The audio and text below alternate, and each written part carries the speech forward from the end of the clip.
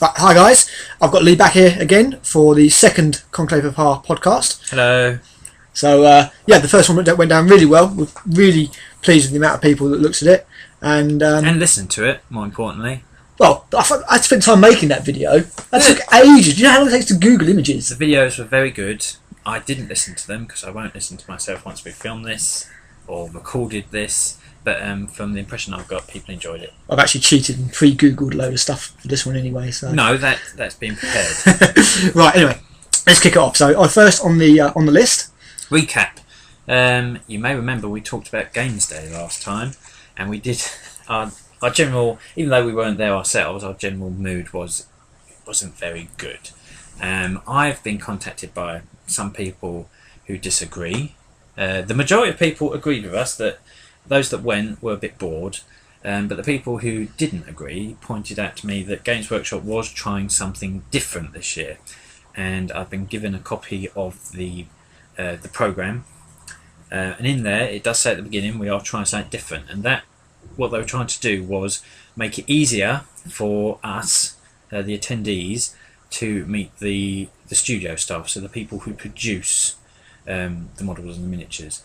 But I think that came off as making it a little bit dry, because Games Day should be a celebration. Yes. It should be an exciting, loud, varied, lively event where you can...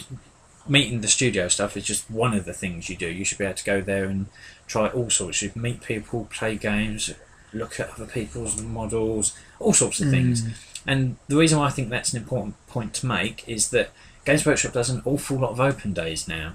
I was going to say, actually, yeah. If you want to do come down and meet all the staff and speak to all the designers and that kind of thing, then that's absolutely brilliant. No problem there at all. But I do have to say that if you're going to do that, then I really do think that you could just do that at head office. Yeah, I know Games Day doesn't want a lot of new model news to dominate a Games Day, but it does. It's just a fact of life that people want to hear about the new stuff. And because Forge World is giving you new stuff, Games Day came across as just another Forge World open day. Yeah, and it's too big for that. I mean, you've got the whole of the NIA there. You know, when it's filled with people playing games, you get an atmosphere there. I mean, Lee posted up some stuff on the Conclave Facebook group the other day about music that we first of all heard at the NIA when we went to Games Day. And I remember things like sort of Mars, Ring of War by Hulse and that kind of thing. And there was an atmosphere, and it was really loud and bombastic. And I understand now that licensing considerations means you can't just play any bit of music that you feel like at an event. It looked very dull. And although you may have heard some dissenting people saying that they did like it, I do think that what they were aiming for, if they were aiming for that something different, they could have done without making that Games Day. Yeah. If you're going to do that, you can't have Games Day with no games. Call it Games Workshop Day or something. But no mistake, it's not the regular staff member who's to blame for that. It's not the people who run the stores who have been drafted into Games Day to work there. It's not their fault because they didn't make the decision that this is what was going to happen. No. But now they have done this. Now they've tried it, and the feedback's come back saying, well, okay, but could you just go back to the way it was, or could you maybe try something a little bit different? Hopefully they'll take that on board for next year. Well, hopefully, but I mean, you said in last time round that Games Day is dead, and with the staffing levels of stores these days, I don't think they can go back. Our Games Day is dead. The world we lived in is gone. Just make us sound old. But that we just wanted to go back to that because we did have some feedback, and we just wanted to address it rather than empirically say this is how it was. And fingers crossed Games Workshop will listen to the internet community and make changes, and it will all work out positive, and we'll get something back resembling what we need to. Now, just one thing that I do want to speak about very quickly. I would like to mention Beasts of War. Disclaimer, I work for Wayland Games, so I'm not going to go into this a huge deal, but the statement that Warren made was very, very detailed, went into it quite a lot. So if you did have any questions, everything you want to know was answered there. Yeah, there's no hidden agenda or anything like that. I originally looked to set up the Conclave just as something that I felt I could do. It was another area of the hobby that I could step into, that I wanted Liam with as well, because we've been joint hobbyists for it's nearly 20 years now, isn't it? We pretty much agree on everything when it comes to playing games. Yeah, exactly. Our philosophies are very, very similar. Yeah, except the odd dice roll. Yes, well, yeah. But yes, Beasts of War, they were a kindred spirit. Beasts of War, obviously, the best one out there. Yeah, certainly the one with the most experience, the most resources. They really, obviously, Well, the guys who worked for Beasts of War really, really had a passion for it. And that's shown through. That was very obvious. And I said have. It's Beasts of War. Beasts of War still around. Let's look up the game. They're moving around at the minute. They're setting up all their new facilities. So in the mecca of hobby, Nottingham. Yes. So which is why you probably haven't heard anything. Their website's not been updated as much because they're very busy. So just wait for it. They haven't gone anywhere. They will be back. This is not the demise of Beast of War. This is just a sad instance that unfortunately a hobby based media entity cannot really exist or coexist in the way that they did with Wayland Games, because it opens them up to the new rulings, the new set of terms and conditions. Thank you. That Games Workshop introduced last year to independent retailers. Yes, but you can read all about it in the statement. We're not going to go into just watch Warren's video. It's quite obvious, but I would like to just quickly extend my thanks to Beasts of War, as I have written a few articles for them. Beasts of War have been very supportive, and they have been very supportive of the Conclave. And they will continue to do so, because we will still be submitting content for Beasts of War and working with them in the future. Absolutely, and I'll be looking to get up to Nottingham and see Warren and Justin and the guys at some point, definitely. So just want to say, we don't even need to be invited, we'll just show up. I just want to say thanks, Beast of War, really. It's kind of a shame what's happened, but we'll miss you. Yeah, we're going to miss you guys. Not having you local, but I'm sure it's going to go from strength to strength, and it's going to be I'm really looking forward to see what they can do now. Yeah, absolutely.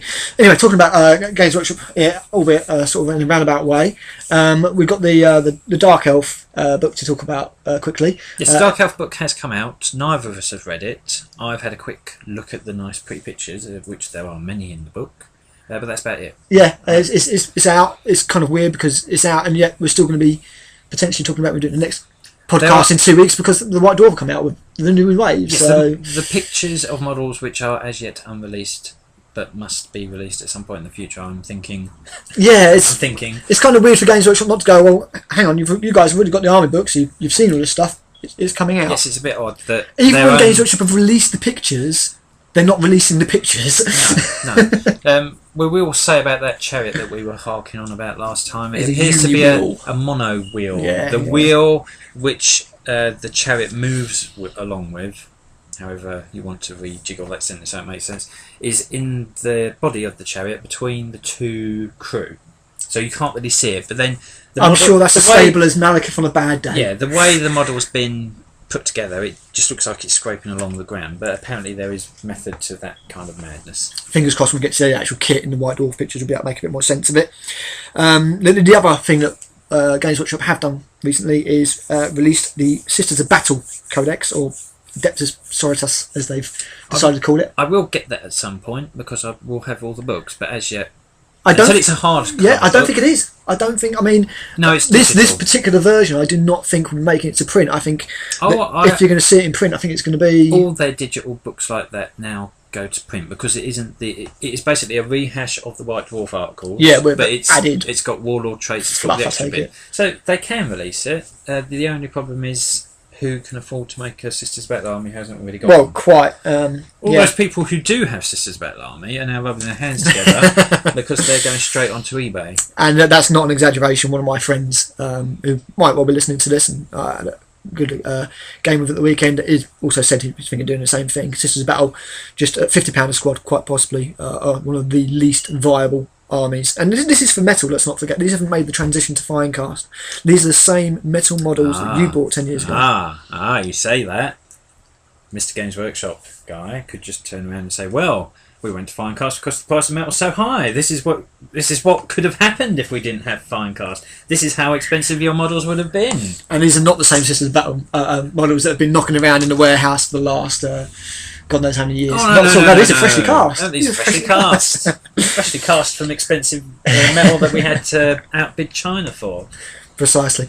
But yeah, the squad prices are just crazy now. It's £50 or nigh on £50 for a squad, and I think £40 or £45 for a special weapon squad of 5. It's just. So if you see someone with a brand new Sisters of Battle army, you might want to consider mugging him because he's probably got a lot of money. Yeah, they're worth a fair bit now. There are actually quite a few alternatives cropping up out there. I know there was a Raging Heroes new range recently. I've not seen that. They're kind of female Russian commissar type armoured things. You know, I don't know what scale there is. That's the thing. There might be slightly bigger scale. I don't know if they had squads, but they definitely had a lot of very. No, the squads was the last Kickstarter. That's what it was called. I can't remember what it was called. Woman at War. I remember they had Axis style ones, and that's they right. had Mechanicum. There was a Russian one as well. And there's some crazy. Telling? Mechanicum. I go to the Horus Heresy version of it rather than the current day version of it. I don't think they've hit retail just yet, but yeah. So maybe there is still a way for Sisters of Battle players to keep playing, because I wouldn't hold your breath on seeing plastic Sisters of Battle. Well, we don't really know if it's worth playing with Sisters of Battle, because I'm not too hot on what the rules are. I think the general consensus I've read is sort of that there's been a bit of a points drop across the board. Yes, but are they any good? I mean, they've kept their faith malarkey. The beardy player going to like it? Is the Math Hammer guy going to like it? And is the fluffy person who just likes his Sisters Battle with his head forever going to like it? Surely, if they can hit all 3, that's going to be one of the best codex ever. But if they can at least get 2 out of 3 people that are going to like it, then that'd be justification for buying Sisters of Battle. I don't know. I honestly not had a look at the codex yet. Are the tanks still up? Or do you need to go to Forge World? No, because was it the old Rhino or the new Rhino that had all the plates? Yeah, I can't remember. The Executioner, which shot all the many missiles. Yeah, that one. We've got the one with the organ on the back, haven't you? Yes. And you've got the you can get the Forge World one, which has the 2-barreled launcher on top. Well, as you correctly said, Forge World's not a million miles away from GW prices anyway. In fact, Forge World probably should do Sisters of Battle. Because no, they don't step on Games Workshop's toes, and they are Horus Heresy Sisters of Battle. Yes, the Forge World is there are no Sisters of Battle. I know. But Forge World seems to be concentrating very much on the Horus Heresy. So whether we'll see any non-Horus Heresy stuff for a while. To be fair, if they keep churning out stuff like the New Emperor's Children, and then I'm not that fussed if they. Before we started this podcast, I got the Forge World newsletter, which had the cacophony in it. And as I'm reading Angel Exterminatus at the moment, and they're finally getting to be proper nice. I told you, proper. And we need really nice Noise Marine models. Emperor's Children. Yeah. Debauched I'm going to get some of those. Yeah, I love Angel Exterminatus and Betrayer. And speaking of Horus Heresy, just quickly, I will mention that finally we're getting another 2 of the limited edition novellas. The ones that were £30 when they first came out, coming back out at the almost reasonable price of £15 each. Aurelian is due in November. I know. It's a half-price discount. I'm just saying, if anyone's watched the new episodes of South Park, boo, Games Workshop. I need to watch. Boo. I've not seen any of the new South Park. I really need to watch some of the new series. But yeah, £15 each. I'll be picking them up. Aurelian is in November at the end. Aurelian is the one that I really want to read because it's got the old O in it. Brotherhood of the Storm is. Who's that? That's White Scars. That would be interesting. That's January, I think. So yeah, we're looking forward to those 2 coming out, and finally get my hands on the other Horus Heresy books as and when they make a paperback. Anyway, carrying on, I can see that we have accidentally skipped over a word that Lee's put in. No, we're going to come back to that later. We're going to come back to that later. Well, let's have a look. Yeah. No, we're no, that's the one I'm talking about. Oh, no, not that one. We crossed that one out for a reason. This one that you accidentally half crossed through, trying to separate the words. In order to make a podcast work, 5 minutes before we start recording, I scribbled down a bunch of words on a piece of paper, and that's what we're currently squabbling over. So yeah, he's accidentally crossed through this one rather than crossing under it. So I skipped it accidentally.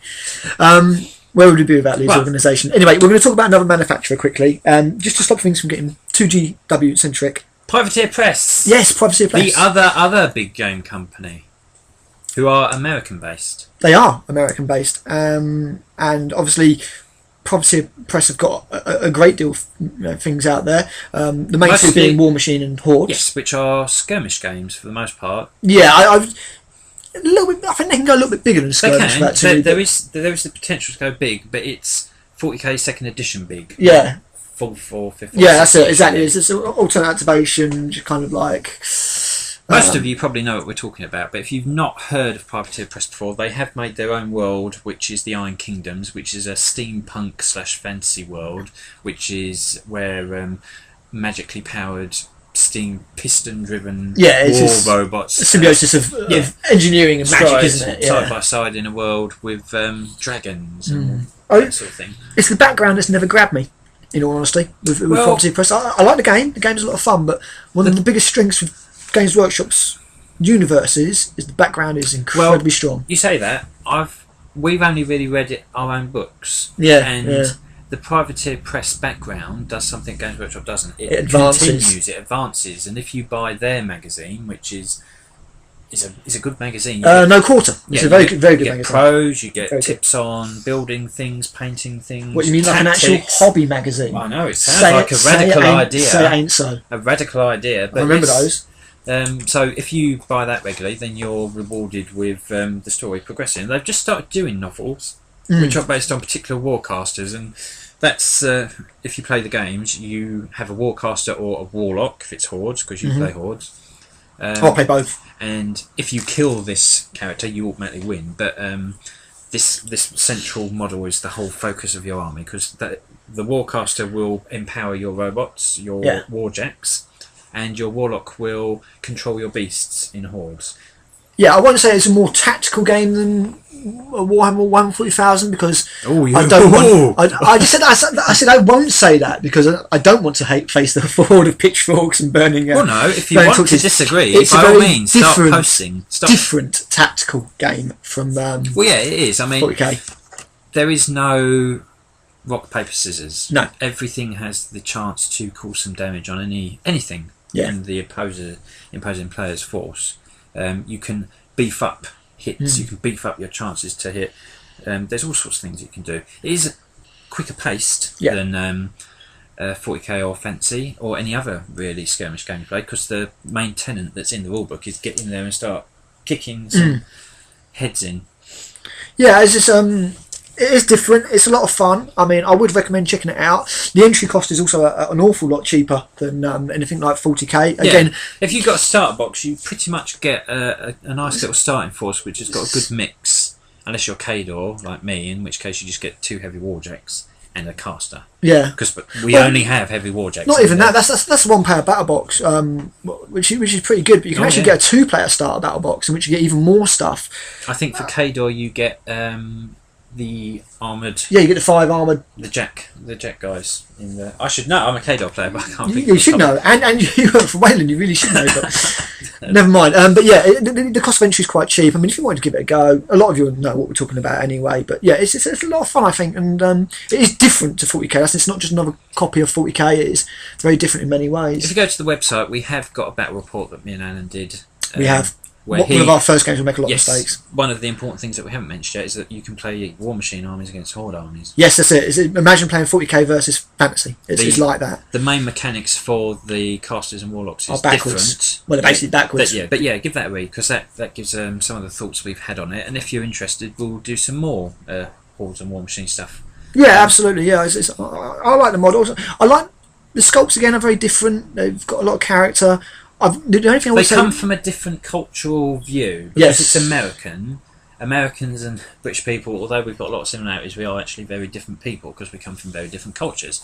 And their universe, their world that they've created is very much an American fantasy world, which is very different from what you would create if you were British. Yeah, I find it it's actually nice and different. Yeah, but as I say, we need to do a bit more research into the background and get more enmeshed in the story. It's not had 25 years to go. To develop like no, but in the short time that it's had, because they do make an effort every month to do it at least a little bit. Things have changed. Yeah, things happen. Things have changed. They're building up a layered history. So yeah, that's one to take. Definitely worth checking out. I just wanted to give it a quick mention. What we will be doing. Actually, each time we do a podcast, which I think we're going to aim for roughly every 2 weeks, we will be pulling up a different manufacturer or hobby company. So it could be anything. It could be Fancy Flight next time, for example. We're going to just talk about a different one, just to keep it from getting quite too GW centric. What we'll try and do is one major one, like we've done this this time, and then next time we'll do perhaps a lesser known one that you might not have had a lot of dealings with, which might not necessarily have a game, but it will have a range of products that are really quite cool that you could stick into your existing model range. Exactly. Well, there's sort of companies like Cromlech out there. Obviously, we'll have to get around to Corvus Belli at some point, who do the Infinity range. I mean, there's so many systems out there. It's not. So we've got plenty of time and plenty of things. Yeah, there's never been more competition. And once we have talked about them, that's your invitation to start asking us to do more stuff on those things, because we're involved in quite a few of these systems. We've all got little starting sets for most of them, so there's nothing stopping us from concentrating on them for a little bit. And if you wanted to contribute something to the Conclave, to the website, or the Facebook page, if you don't fancy writing a big, long and involved article like we are known for. Yeah, absolutely. If you've got anything that you want to put forward, Zach put an article forward the other day. It was just money saving tips for. And we all need those. Absolutely, We're living in a time of austerity. Join the group, let us know, and obviously we're open to that kind of thing. So we're going to talk about the Kickstarters. Kickstarters were very popular from last time. They were, yeah, absolutely, and there's always Kickstarters going on, so it's something we can cover every single podcast. It does mean that you have to pull your finger out when it comes to putting up the podcasts for people to listen to, because by the time we get round to it, if we wait too long, they'll be gone. That's actually the other reason why I've sort of sped this one up a little bit and done some pre. You can see I've googled a load of stuff here for the. Well, they can't see it. I can see it. That's why I'm talking to you. I'm not talking to them. I know they can't see it. Let's anyway, kick off. Okay. Sulphur. Oh yes, Sulphur. I saw this one. Yeah, you did. You put it up on. I thought it was quite interesting. The conversation earlier. I like it. It looks good. Yeah. We're showing pictures now. I'm trusting Alan to have pictures. I've already googled them. I've already googled them. If you'll be able to see the pictures of Sulphur, which are really, really rather nice. There's not many post-apocalyptic skirmish games out there at the moment. No, this is essentially, looking at Sulphur from what I can tell, it's a mix of Borderlands, which a lot of you will have played, and also another game. It was what's the word I'm looking for? I don't know, what is the word you're looking for? Inspired by. Inspired, yes. And a great many other rich and involved. The main two I can see are Mad Max. Yeah, there's definitely a bit of Mad Max in there, but I'm thinking Borderlands and Rage. You've not played Rage yet, but this you're looking at it now, it actually screams Rage. I'm being told that these 4 models we're looking at now, which is Big Mama, is that OG? Yeah, it looks like it. Buzz the Howler Boss and Honey Howler Boss. So there's 2 Howler Bosses. Yeah. So there's Buzz and there's Honey. Look like characters from Rage. Is that right? Yeah. Well, yeah. There's just the very look of it. Well, if you put these Rage characters up on screen now, what I'll do is now and now. You're not helping. What I'll do is I will be actually interspersing some shots of the Kickstarter with bits from Borderlands and Rage. You don't need to be told this because you're looking at it right now. When he sees it, he'll have to watch it with the volume mute. Yeah, I'll watch it with the sound off and just remember what it was. But yeah, I mean, the characters are Borderlands, but the whole look of it is Rage. That's all I can say, really. The sculpts are really good. They are really nice. Look at Big Mama. You don't get a lot of non-perfect feminine bodies in miniature design. This is certainly an alternative body shape to the one that you might be used to when you were buying your miniatures. It's not going to get into Kabuki's range by any stretch of the imagination. But she's got some lovely lines on her. There's a lot of really good detail in there. Yeah, no, they look really good. I mean, obviously these are only 3D masters, but I can't remember for sure. Their process is, I had a look at it. Their process 3D printing, aren't they? They are going to CAD design. I'm sure. Then they're going to print the prototypes and create the mould from that. Yeah. So basically, 3D printing, and they're going to cast from the 3D prints. This is the thing that now we have to put our faith in that the guys that are doing Sulphur know what they're talking about, because 3D printing's getting better, but a lot of the 3D printing that I've seen has that sort of layered, because it's piece by piece, down layer by layer, sort of rough, possibly sometimes sandy texture to it. So if they can smooth that out, if they've got a nice expensive rig going that's producing these masters for them, and then the moulds pick up on all that detail, because the details are going to need to be put into the model stage 1 once it comes off the computer into the real world. that process needs to capture all the detail properly, because it should then be an easy case of making the moulds. I'm not entirely convinced that this can be captured, because these are very, very, as you see from the pictures I've been putting up, are very, very detailed. Very nice. Not exactly sure that 3D printing can pick out. But we'll see. But if they've got the designs, then there are other ways they can make the moulds. It's definitely got potential. Yeah. It looks very cool. I think what they need to do is they need to actually, before this ends, produce one or two, just to show people what it will look like and what the finished, once actual moulded miniature will look like.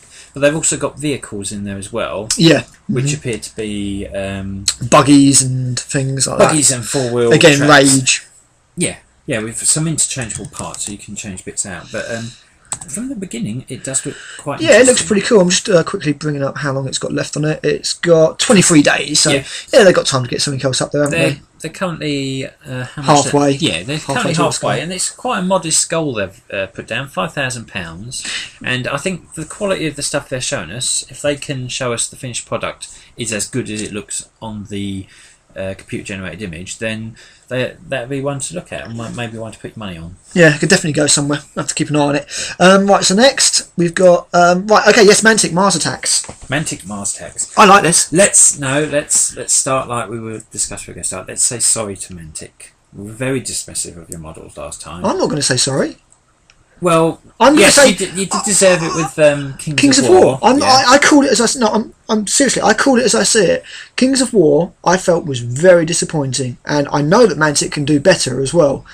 The new Mars Attack stuff looks nice, and the Dreadball stuff. And the Dreadball stuff we'll is talk pretty a bit good. More about Dreadball later. And even what was it Dead Zone? The Necromunda thing they did, some of that looked quite nice as well. But the Kings of War it is coming out, but I haven't seen the finished product. Have you not? I've seen a few pictures. Some of it's a little bit, but some of it's really nice. I mean, they've obviously got a group of people working on it, and sometimes you get a really nice one, and then sometimes not so nice. But the Mantic stuff, it varies. But Mars Attacks looks good. Yeah, and I like my Dreadball miniatures, but again, I will talk about them later. And I said Dreadball for the people who have been not bugging me all week.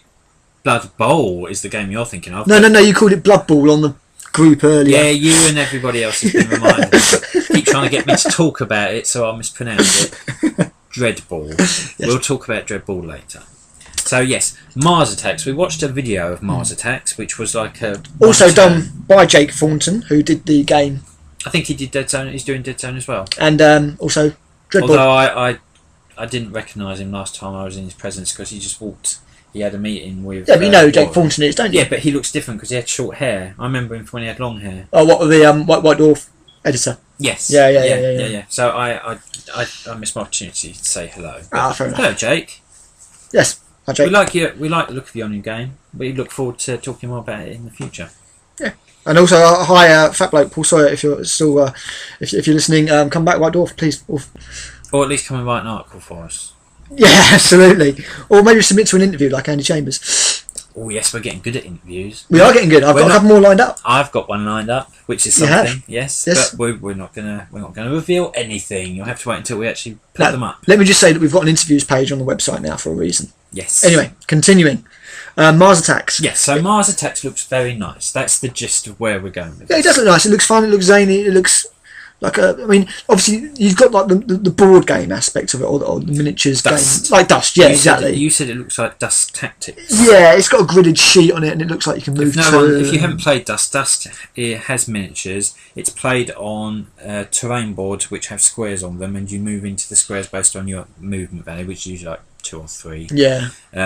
So Mars Attacks seems to work like that, but it also has a true line of sight aspect, which if you're doing gridded movement is maybe a bit too literal. Yeah, because you're not using your movement statistic to position your models. If you've got a bit of terrain in a board in a square, and that square looked like it was quite big, then you can put your model anywhere in that board. So why don't you just say if it's got a bit of terrain in it, the whole square? Yeah, it's just early days. You won't need true line of sight. It's early days. It just made me scratch my head. That did. Yeah, it's a bit weird. I mean, there's a gameplay video up on the Kickstarter site. It is very, very basic. There will be a link below, and there'll also be a link to the playtest rules that have been put up, so you can have a look at that. Yeah, it looks kind of cool. I like the models. The scenery. There's a lot of really cool stuff. They're doing flying saucers and giant robots and giant bugs. But the scenery that you get in the box is just like the old brickwork. You know, like the card you had in second edition. You had the little pop-out card buildings. You folded them, you glued them. Yeah. But in plastic and with detail on it. It's like the Mordheim one as well. But yes. Rather than having the card and then goes into little stupid plastic things, this is all plastic and it's all brickwork, and it looks pretty cool. Check it out. I mean, I just made a very generalised statement. Card is dead. Yet there are a lot of nice printable terrain things that you can print out onto paper. And you're saying card is dead. Look at Drop Zone Commander. They're doing very well with card. Malifo's Terraclix system. I'm not sure if I'd call that card though. Is it not? It's similar. I can't remember. It's like 2D. It's almost like flat. a plastic card type thing. Plastic card, but it's the same sort of thing. It's not textured or anything, but it's got such lovely artwork on there that it draws your eyes to it, and it makes you think you've got this massive cathedral or underground sewer work. But after maybe ripping into Mantic a little bit last time for Kings of War, we're sorry. I stick to. Well, I'm sorry. I stick to. I apologise for maybe giving the impression that I didn't like any Mantic stuff. No. But Kings of War I did think was quite poor in places. But Mars Attacks, I'm happy to say, it looks really nice. It looks very true to the original source material, because they've made a lot of comment that that it is based on the IDW tie-in comics and also the original Topps trading cards. Now if it's based on the IDW comics, could we get I can do a crossover Transformers versus Mars Attacks. I did see that on there. I don't know if they can do any Transformers models, but you could do. I can provide the models we need. We can do our network expansion. I don't know, but I did see that they've done a Judge Dredd Martian. Yes. Which looks pretty cool. They need to do a little diorama with a teeny tiny Megatron who's been shrunk by the Martians. The Martian leader's laughing his arse off because he's beaten the mighty Megatron. Megatron just puts his arm out and blows his brains out the back of his head with his fusion cannon. He may be small, but he's got an antimatter powered fusion cannon still strapped to his arm. Mantic, if you're listening, that'll make Lee's day. Other than that, I think that could be wish listing. Generic bad guy robot, because I doubt Hasbro will get involved. True. I'll paint him grey. It'll work. But that one looks quite cool. I do like looking at that one, so I'm thinking about backing that one. Should we get the one that you don't like out of the way, and we can have this argument? Yeah, go on then. Why don't you like this thing you're about to talk about? What is this thing? This little thing is My Little Pony. My Little Pony. I prefer, what was the Robot Chicken version? Apocalypse Pony? Is it Apocalypse? Apocalypse Pony. Something like that, I can't remember. I don't know. There seems to be some really weird fascination with ponies in wargaming. You really like Transformers Animated. I did. You think it's a good show. I love it. Derek J. Wyatt is the visual creative head behind that show, and he took over My Little Pony, and he's helped to create an animated show which pokes fun at itself, is full of strong, non-cliche female characters and role models for young girls, and any show which employs John Delancey to play a pony version of Q to be the main bad guy in it can't be all that bad. Sounds awesome. I've heard it's got lots of references in it, and if I was to watch a couple of YouTube clips, I'm sure I'd be like, oh, that's kind of cool. Doctor Hooves. Yeah. Again, I'd watch a minute-long YouTube clip and I'd be, that was funny. Am I going to watch the show? No. Do I need strong, non-conventional female characters? No. It's brilliant that stuff's in there for little girls, and they're not all watching Barbie and growing up to be airheads. Don't get me wrong, but I'm not seeing a place for it in wargaming. The pewter pony sculpts look more like the traditional ponies than the Friendship is Magic ponies, which are the ones which are really popular now. What are the two different lines of My Little Pony? Well, if you were to put out a picture of an original My Little Pony, right, now put up a picture of Friendship is Magic Little Pony, and Doctor Hooves. Now I've got to Google these. You can see the difference. Right, okay. You can't see the difference right now, but you will when you're putting the pictures up. So they look more like the classic pony than the really popular pony at the moment. So what is the point of the Kickstarter? They're just making models. I think it's just a range of pewter models to be used, but does Hasbro know they're doing this? Because if they do, it won't last very long. They're called pewter ponies. They're not called My Little Ponies. I suppose. There's a lot of knockoff pony toys. I think horse is a generic enough thing. Have you seen the Space Marine My Little Ponies? I have. I don't like them. Put them up now. It's my new thing. I love doing this. Don't they look amazing? I could have a whole army of them. That would really piss off the people at tournaments. I like the picture of the Dreadnought ripping a pony in half and saying friendship is heresy. Well, I'm pretty sure his friendship is heresy. You put that one up, and I'm sure I'm an old bit of jaded gamer, right? Don't like ponies. But right, anyway, so that's that one out of the way. Out of the way, yes. Right, bones. Oh no, warboards. Let's do warboards first. Let's do warboards very quickly. I said quickly. bones. I'll let it out, Bones. Yeah, warboards. It's into its last week now. He's added a load more designs. There's not a great deal more to say behind it, really. I'm hoping to back it, but it does depend on finances, unfortunately. Lol, Mr. Craven. I know you were writing on the Facebook page that you changed your mind about warboards. Not because you didn't like it, but maybe because there were other Kickstarters that you wanted to play your money into. Perhaps you'd like to knock a comment down there, just explain what's going on with warboards. I'm still quite tempted to pick it up. Just that I really like the idea. I like the only concern I've got over it. Actually, I was thinking was I'm wondering if it might slip about a little bit on the surface. If you've got four boards jutted up together and you. They're double-sided, aren't they? They are double-sided, yeah. So you can't necessarily stick some rubber bits on each side. No, I wouldn't say so. Make it non-slip. Well, you can buy that sort of rubber non-slip mats and things. Non-slip mats. Exactly. Like that underneath it. It does look nice. I'm kind of hoping that I might get it back. How's Warboards doing? Has it passed its? It's funded. It's funded. Right. But I mean, the gentleman who does it, Steve Smith, who runs the company Warsmith, has said that although it will be ending up at retail, it's going to be a bit further down the line. So I don't know. Yes, but maybe it may be a bit further down the line. But maybe without the Kickstarter, it wouldn't have happened. Oh no, I don't. Maybe I'm not Mr. sure it Smith would. is someone we should get in contact with. Yes, absolutely, and some of the other stuff you do, because Warsmith's been going for a little while.